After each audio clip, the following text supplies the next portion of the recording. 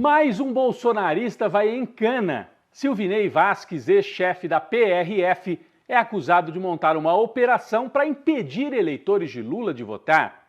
Busca e apreensão na casa de um general. O pai de Mauro Cid, ex-ajudante de ordens de Bolsonaro, é investigado por envolvimento na venda ilegal de joias.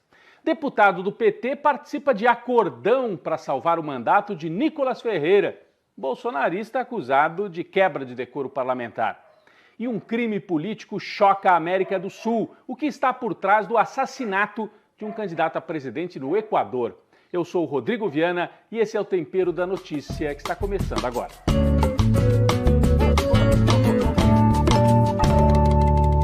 Bom, esta semana o cerco se fechou um pouco mais em relação aos golpistas ligados a Jair Bolsonaro. E golpistas em vários sentidos. Golpistas de golpe político e golpistas de esquemas também, de corrupção. Bom, primeiro, foi a vez do ex-diretor da Polícia Rodoviária Federal, Silvinei Vasquez. Ele foi preso em Santa Catarina esta semana, onde mora, acusado de participar de um esquema no segundo turno da eleição do ano passado para dificultar, impedir eleitores de Lula de votar. Esse aqui é o Silvinei Vasquez, bolsonarista, declarou voto no Bolsonaro. Né? Vocês se lembram, no dia da eleição? Foi um escândalo. Vários bloqueios, especialmente no interior do Nordeste, concentrados naquelas regiões onde o Lula tinha muito voto, interior do Ceará, interior da Bahia. Também fizeram na ponte Rio-Niterói. Niterói foi a única cidade do estado do Rio onde o Bolsonaro perdeu para o Lula. Né? Talvez não seja à toa que o bloqueio tenha acontecido ali. O Silvinei Vasquez teria atuado, organizando esta operação, essas blitz, no dia da eleição, algo que nunca tinha acontecido, em parceria com Anderson Torres, que era o ministro da Justiça do Bolsonaro. Os dois aparecem aqui nessa foto, olha, ao lado do chefe. Dos três da foto, 2 já foram presos. O Anderson Torres segue com tornozeleira eletrônica, o Silvinei Vasquez foi levado para Brasília e vai ter que responder pelo que fez. A Polícia Federal pediu a prisão dele, porque já havia localizado no celular de auxiliares de Anderson Torres e Silvinei indícios dessa articulação. Por exemplo, este mapa aqui, é uma planilha e um mapa do Brasil, indicando as cidades onde o Lula teria tido mais de 70%, 75% dos votos no primeiro turno, e, portanto, eram os locais ideais para fazer blitz no segundo turno, para atrapalhar, que é o lugar onde o Lula teria muito voto. Bom, a informação é que no dia 19 de outubro, portanto, entre o primeiro e o segundo turno, aconteceu uma reunião na sede da Polícia Rodoviária Federal em Brasília, com diretores, chefes de setor, de núcleos importantes da PRF, uma reunião em que todos foram orientados a não entrar com o celular, não podia gravar, não podia ter o risco de que alguém gravasse um trecho da reunião. A pauta da reunião, oficialmente, eram detalhes burocráticos. Só que não. Nesta reunião, segundo foi apurado pela Polícia Federal, nesta reunião, eles trataram da operação para o segundo turno. Além disso, a Polícia Federal pediu busca e apreensão nos endereços de 10 pessoas ligadas ao Silvinei na direção da PRF. Chefes de inteligência, chefes superintendentes. Por quê? Indícios de que o Silvinei estava coordenando os depoimentos para tentar trazer uma versão falsa do que aconteceu naquele mês de outubro. Por isso que houve pedido de prisão. Ele, solto, estaria operando para coordenar, segundo a polícia, né? Para coordenar depoimentos falsos. A dúvida é, ele tomou essa decisão de fazer uma operação no dia do segundo turno da cabeça dele? Ou só ele e o Anderson Torres? O chefe não participou? No dia da eleição, Alexandre de Moraes, que era o presidente do TSE, mandou parar aquelas operações. E a PRF não parou. Até que, já no período da tarde, Alexandre de Moraes convoca o Silvinei Vasquez para o TSE e, numa reunião muito rápida e ríspida, diz o seguinte: pare agora, ou então você vai ser preso. Aí ele parou, mas já era fim de tarde, não teve mais efeito, o estrago estava feito. E nesse mesmo dia da eleição, o que é mais grave, Silvinei Vasquez sai desse encontro com Alexandre de Moraes e vai ao Palácio se reunir com o chefe, com Jair Bolsonaro. Indícios de que o Bolsonaro estava sendo informado, estava coordenando, estava participando de tudo. Então está chegando muito perto do Jair Bolsonaro. Nesta mesma semana, eu falei de golpistas, né? Nesta mesma semana, um outro fato grave. Busca e apreensão na casa de um general do Exército Brasileiro. Eu não me lembro de outro caso assim. O general é nada mais, nada menos do que o pai de Mauro Cid. Sabe o Mauro Cid, esse ajudante de ordens do Bolsonaro, que cuidava das joias, tentava vender Rolex, cuidava de tudo para o Bolsonaro, fazia o rachadão para Michele Bolsonaro. Bom, o pai do Mauro Cid é general, também chama Mauro Lorena. Foi colega de turma do Jair Bolsonaro na Academia Militar, na AMAN. É muito amigo pessoal do Jair Bolsonaro, e há indícios, diz a Polícia Federal, de que o pai participou desse esquema. O Mauro Cid vendia ou tentava vender as joias e outros objetos recebidos, por exemplo, da Arábia Saudita, das viagens de Bolsonaro, vendia, e aí uma parte disso pode ter ido para o pai esconder dinheiro vivo, transformar em bens para resguardar esse ganho patrimonial ilegal. Um general do Exército. Então, o bolsonarismo está cada vez mais isolado, sob cerco judicial. Você tem o caso Marielle Franco, o caso Silvinei Vasquez, PRF, o caso das joias do Mauro Cid. São muitos casos que correm em paralelo. O bolsonarismo, então, vai se isolando. Mas tem um outro setor da direita, o Centrão, esse segue muito forte com Arthur Lira. Esta semana, indícios de um acordo na Câmara, no Congresso. O Arthur Lira impediu o depoimento que iria acontecer do ministro Rui Costa, ex-governador da Bahia, foi convocado para a CPI do MST. E o Lira falou, não, ele não vai depor. E bloqueou o depoimento. É assim, um sinal de boa vontade do Lira em relação ao governo federal. Os partidos do Centrão também trocaram deputados na CPI do MST. Botaram gente menos barulhenta para baixar a fervura. E a CPI do MST, que era uma tentativa de atacar o governo, vai terminando sem conseguir muita coisa. Inclusive, o deputado Salles, né, que foi quem pediu a CPI, que é relator, já avisou que não vai nem pedir prorrogação.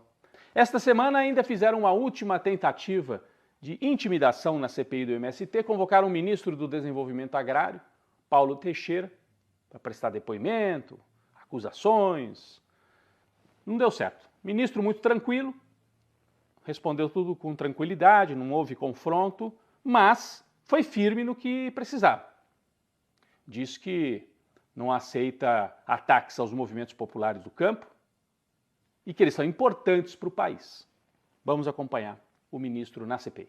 Esses movimentos nós temos que agradecer por ser uma sociedade organizada e não criminalizá-los porque eles estão ajudando a organizar o povo.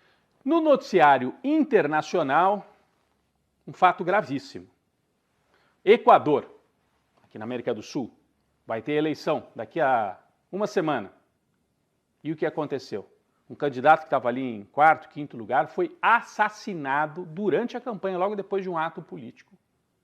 Nós temos as imagens, não são imagens de sangue, mas do momento em que ele sai da escola onde ele estava e a gente ouve os tiros. Vamos ver.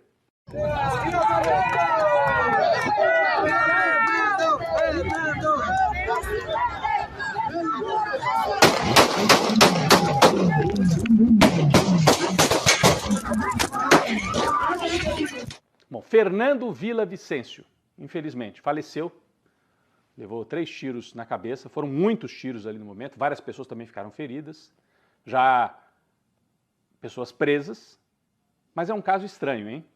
Esse Fernando Villavicencio era jornalista, lidava com essa área de polícia, corrupção, ele era uma espécie de lava-jatista lá do Equador. era um grande inimigo do Rafael Correa, o presidente de esquerda do Equador. Denunciou corrupção. E logo depois da morte dele, rapidamente, de forma estranha, apareceram uns encapuzados num vídeo dizendo: nós assumimos o crime, uma facção criminosa lá do Equador. E logo depois a direita equatoriana começou a fazer a ligação. Facção criminosa ligada ao Rafael Correa.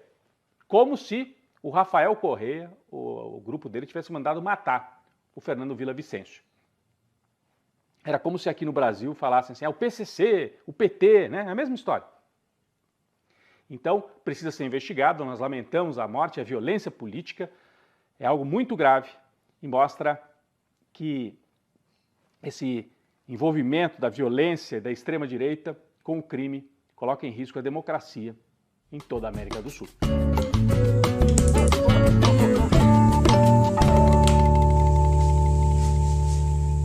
Quem vai para a panela de pressão esta semana? O deputado federal do PT do Rio de Janeiro, Washington Quaquá. É um personagem complicado, né? Esta semana, no Conselho de Ética da Câmara, o Quaquá votou pela interrupção das investigações contra Nicolas Ferreira. Nicolas Ferreira é aquele deputado do PL, bolsonarista, de Minas, que colocou uma peruca na cabeça, ofendeu as mulheres, ofendeu as trans, quis fazer gracinha, mas era uma ofensa, quebrou o decoro parlamentar. E havia um pedido de investigação, um processo contra ele no Conselho de Ética. O Quaquá disse não, vamos interromper o voto para parar por aqui a investigação, se somando a outros deputados. Foi um grande acordo o que aconteceu ali no Conselho de Ética. E o Quaquá falou literalmente, o meu voto tem um caráter pedagógico. Como assim? Dá a impressão que ele quis dizer o seguinte, o que aconteceu daqui para trás a gente esquece, agora os deputados aprendem, não pode repetir daqui para frente, senão aí sim terá consequências. Mas dá a impressão que é um acordo muito maior, uma tentativa de apaziguar os ânimos. A questão é, como é que fica a situação de 6 deputadas mulheres do PT e do PSOL perseguidas pela extrema-direita, porque fizeram manifestações políticas dentro da Câmara? Também tem pedido de cassação contra elas. Vai acontecer? Ou vai entrar no acordo? Quaquá recentemente tirou uma foto com o Pazuello, aquele ministro da Saúde general da época da pandemia, como para dizer assim, eu sou do PT, mas eu converso com a turma lá do Bolsonaro, e eles estão juntos na Frente Parlamentar de Defesa do Petróleo e do Gás. Então, um personagem complicado, ele gosta de aparecer como o menos radical dos petistas, mas em atitudes que muitas vezes são inexplicáveis, e ele falou, estou agindo em nome próprio, mas ele é vice-presidente nacional do PT, além de deputado federal. Então, gera muito ruído, muita gente no partido não entendeu, o Quaquá ainda vai ter que se explicar mais, e por isso vai para a panela de pressão.